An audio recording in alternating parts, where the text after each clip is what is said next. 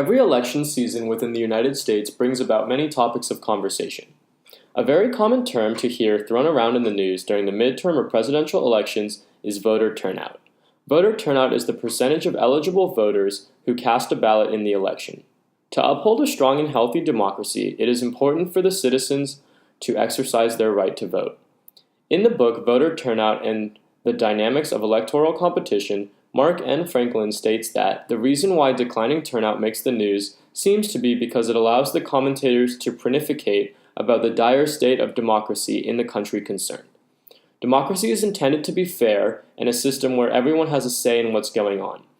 It is very common to hear that the people have the power when someone is referring to a democratic government. But what if the people choose not to use the power that they have? This image is a diagram found on electproject.org. This image shows the voter turnout from 1984 through 2016 within the United States.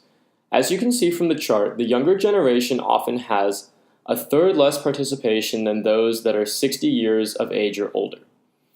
For over 30 years, the younger generation has had a consistently low voter turnout. So what gives?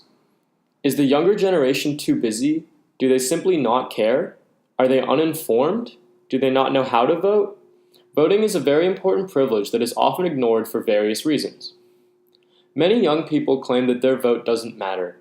In largely polarized states, it can be easy to feel as if your vote truly does not matter. Let's take California for example. California is such a strong leaning blue state that a single vote for a Republican will not change the outcome of the state's vote. And sure, that's reasonable logic. But in the 2016 election, the national voter turnout is estimated to be around 56%. That's only slightly above half of the population of people that were eligible to vote. 44% of Americans who were eligible to vote chose to remain silent. In this case, every vote definitely does in fact matter. Imagine what could have happened if everyone turned out to vote. In Martin P. Wattenberg's book, Is Voting for Young People?, he states that in the United States and other established democracies, survey evidence from recent elections shows that more young people voting definitely would have made a difference because the youth vote often favors different candidates and parties.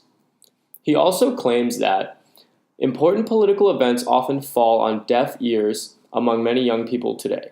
Young adults today can hardly challenge the establishment if they do not have a basic grasp on what is going on in the political world.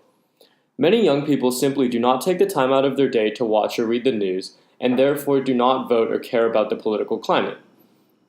This can often be seen on college campuses, where students often feel as if they are in a bubble or are sheltered away from the news and the outside world. Oftentimes, people are so busy that they forget or are not aware of what is going on politically. Wattenberg also points out that the 2012 American National Election Study found that people under the age of 30 were more likely to feel that voting is a choice rather than a duty, whereas the older generation feels that voting is a civic duty.